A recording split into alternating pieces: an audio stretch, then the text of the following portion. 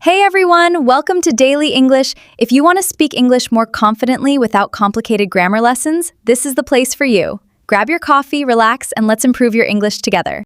Hello everyone and welcome back to the Daily English for Dummies. I'm Sarah. And I'm Mark. We are so happy you are joining us today. Whether you are listening in your car, on the train, while cooking dinner, or just relaxing at home, welcome. Today we have a very special and important topic. We are going to talk about how to introduce yourself in English. This is perfect for learners at the A2 to B1 level. That means pre-intermediate to intermediate level. Exactly. Introducing yourself is probably the very first thing you will do when you meet someone new, start a new job, or join an English class.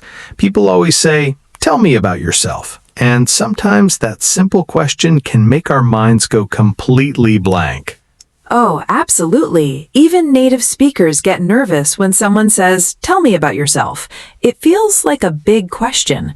But don't worry, by the end of this podcast, you will have a clear, easy-to-remember formula to introduce yourself confidently in any situation. We are going to break this down step by step. We will cover greetings, your name, where you are from, your job or studies, and finally, your hobbies. We will also talk about the difference between formal and informal situations. Let's start with the very beginning. Greetings. How do you say hello? Well, it depends on who you are talking to. If you were in a formal situation, like a job interview, a business meeting, or speaking to someone much older than you want to be polite. You can say, "Good morning," "Good afternoon," or "Good evening." Yes, remember, good night is not a greeting. We only say good night when we are leaving or going to sleep. So when you meet someone at 8 p.m., you say good evening. Another great formal greeting is simply, "Hello, it is nice to meet you," or "Pleased to meet you." Now, what about informal situations? Let's say you're at a party, a cafe, or meeting a friend of a friend. You don't need to be so formal. In informal situations, you can say, "Hi," "Hey," or "Hey there." You might also hear people say, "How's it going?" or "What's up?" But be careful with "What's up." It's very casual. Exactly. For an A2 to B1 level, hi, hello, and how are you are always safe and sound great. Let's do a quick role play. Mark, let's pretend we are at a formal business conference. Okay, clears throat. "Good morning. My name is Mark. It is very nice to meet you." Good morning, Mark. I'm Sarah. Pleased to meet you too. Great. Simple and professional. Now let's do an informal one. We're at a friend's birthday party. Hey, I'm Sarah. "Hi, Sarah. I'm Mark. Nice to meet you." Perfect. Notice how the tone changes? Now let's move to step 2, stating your name. You just heard us do it, but let's look closer. The two most common ways to say your name are "I'm Mark" or "My name is Mark." Both are completely fine. "I'm" is a little faster and more casual, especially when we use the contraction. "I'm Mark." Yes, sometimes people have a formal name, but they want you to use a shorter name or a nickname. If your name is Alexander, but you want people to call you Alex, you can say, "Hi, I'm Alexander, but please call me Alex." Or you can say, "My name is Alexander, but you can call me Mark." This is a fantastic phrase to learn. "You can call me Mark." It makes you sound very friendly and open. Definitely. Okay, so we have greeted the person and said our name. Step 3 is location. Where are you from and where do you live? Often, these are two different places. To say where you were born or where your nationality is from, you use the phrase, "I am from blank country" or city. For example, "I am from Spain" or "I am from Tokyo." You can also say, "I come from country or city." I come from Brazil. Both "I am from" and "I come from" mean the exact same thing. But what if you are from one country but you live in another country now? This is very common for English learners. If you want to explain this, you can use the verb live. You say, I am from Mexico, but I live in Canada. Or, I come from Italy, but currently I am living in London. Notice the word currently. Currently means right now, at this time. I currently live in New York. It's a great B1 level vocabulary word that makes your English sound much more advanced. Let's practice that. Mark, where are you from? Well, in real life, I am from the United States and I live in California. But let's pretend. Let's say I am from Germany, but currently I am living in Australia. What about you, Sarah? I'm originally from France, but I have lived in the UK for 5 years. Oh, originally. That's an excellent word. Originally means in the beginning. I am originally from India, but I live in the US. Great tips. So now the person knows your name and where you're from. The next natural question is usually about work or study. People love to ask, what do you do? Ah, what do you do? This is the classic way to ask, what is your profession? Please remember, do not answer this question by saying, I am doing my homework or I am walking. They are not asking what you are doing right now. They are asking about your profession. To answer, the simplest structure is I am a blank job. For example, I am a teacher, I am a doctor, I am a software engineer. Remember your articles. It is a common mistake to say, I am teacher. You must say, I am a teacher or I am an engineer. If you work for a specific company, you can say, I work for company name. For instance, I work for Google or I work for a marketing agency. What if you don't want to say your exact job title, but you want to talk about the field or industry you work in?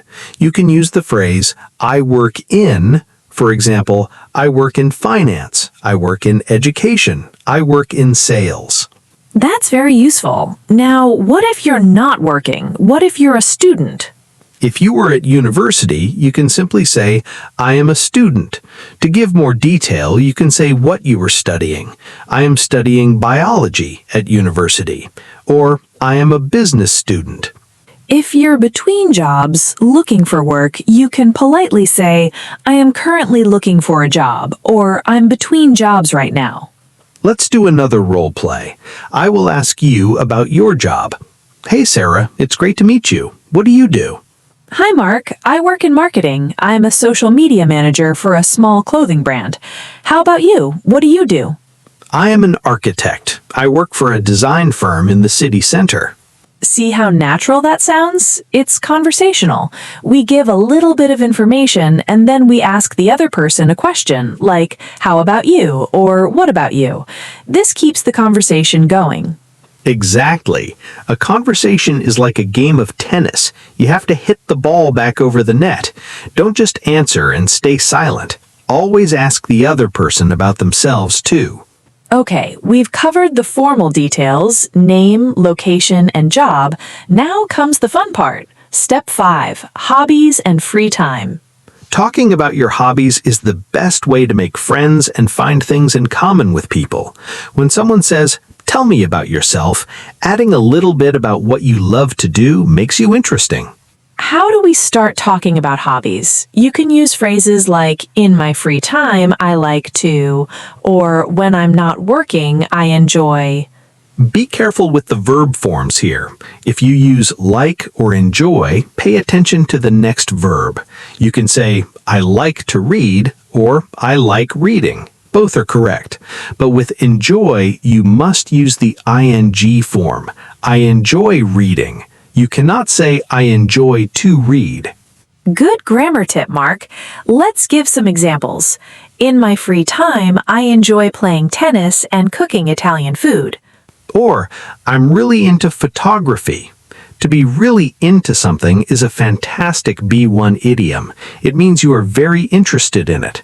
I'm really into jazz music. She is really into yoga. If you're crazy about a hobby, you can say, I'm a big fan of...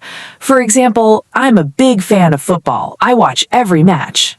Let's practice. Sarah, what do you do in your free time? Well, when I'm not working, I'm really into hiking. I try to go to the mountains every weekend. I also enjoy reading historical fiction. How about you, Mark? Are you a big fan of the outdoors? Not really. I prefer staying indoors. In my free time, I'm a big fan of playing video games, and I also like trying out new recipes in the kitchen. That sounds great. So, listeners, try to think of 2 things you like to do in your free time. Write them down using the phrases I enjoy verb plus ing or I'm really into noun. Now we have all the pieces of the puzzle. We have greetings, name, location, job, and hobbies. Step 6 is putting it all together to create your elevator pitch. An elevator pitch is a business term. Imagine you step into an elevator with an important person. You only have 30 seconds, the time the elevator goes up, to introduce yourself. It needs to be short, sweet, and complete. Let's build a full introduction using everything we learned today. I'll go first, and I'll pretend I'm a guy named David meeting a new group of colleagues. Hello everyone, my name is David. I am originally from Spain, but I currently live here in London. I work as an IT consultant for a tech company. In my free time, I'm really into cycling, and I enjoy exploring new coffee shops around the city. It's great to meet you all. Wow, that was brilliant. It was perfectly structured. It gave us just enough information, but it wasn't too long. Let me try one. I'll pretend I'm a university student named Maria on her first day of class. Hi guys, I'm Maria. I come from Argentina. I'm a student here studying graphic design. When I'm not studying, I love painting and I'm a big fan of watching movies. Nice to meet you. Excellent! That was casual, friendly, and covered all the bases. This is exactly how you should introduce yourself. Now let's talk about some common mistakes English learners make when introducing themselves, so you can avoid them. Mistake number 1. Translating directly from your native language. In many languages, you express your age by using the verb to have. For example, in Spanish, French, or Italian, you literally say, I have 25 years. Yes, but in English, you must use the verb to be. You say, I am 25 years old, or simply, I am 25. Never say, I have 25 years. That is a very classic mistake. Another common mistake is giving too much personal information too quickly. In some cultures, it is normal to talk about your marital status, your children, or your exact salary right away. In English-speaking cultures like the UK, USA, or Canada, we usually keep it a bit lighter at first. That's right. Unless someone asks, you don't need to say, I am married with 3 kids and 2 dogs right in your first sentence. Focus on your job, where you live, and your hobbies first. Family can come up naturally later in the conversation. Mistake number 3, body language. Communication isn't just about words, it's also about how you look and act. Exactly. In English-speaking cultures, making eye contact is very important. If you look at the floor when you introduce yourself, people might think you are unfriendly or very nervous. Try to look the person in the eye and smile. And if you are in a formal or professional setting, a firm handshake is still very common. Just a quick, firm shake of the right hand while you say, nice to meet you. Let's review the key phrases we learned today. Listeners, you can repeat these out loud wherever you are. Formal greeting, good morning, pleased to meet you. Informal greeting, hey, how's it going? Name, hi, my name is name, but you can call me nickname. Location, I am originally from country, but I live in city. Job, I work as a job for company. Hobbies, in my free time, I'm really into hobby. You guys did great! If you take these sentences, fill in the blanks with your own information, and practice them in front of a mirror, you will feel so much more confident next time someone says, tell me about yourself. Yes, practice makes perfect. Try recording yourself on your phone. Listen back to your pronunciation. It's a great way to improve. We'd love to hear your introductions. If you're listening to this on a platform with comments, drop your introduction in the comment section below. Use the template we gave you today. That's a wonderful idea. Hi, my name is, I am from, I work as, in my free time, I enjoy. We will try to read and reply to as many as we can. Well, I think that is all the time we have for today's episode. We hope you found this lesson helpful for your English journey. We definitely covered a lot of ground today. Remember, introducing yourself shouldn't be scary. It's just a chance to make a new friend or connection. Be proud of your English, even if you make a mistake. People appreciate the effort you are making to communicate. Very true. Don't let the fear of making a mistake stop you from speaking. Thank you all so much for tuning in to the Everyday English podcast. If you found today's lesson helpful, please make sure to like this episode on whatever app you are using right now. Yes, and please share it with a friend, a classmate, or anyone else you know who is learning English. It really helps our community grow. And lastly, don't forget to hit that subscribe button. When you subscribe, you'll get a notification every time we upload a new lesson, so you never miss a chance to practice with us. Join us next week where we will be talking about how to order food in a restaurant without getting confused by the menu. That's going to be a fun one and a delicious one. I'm looking forward to it already. Until then, keep practicing, stay confident, and have a wonderful week. And remember, like, share, and subscribe. Bye, everyone. Catch you next time. Goodbye.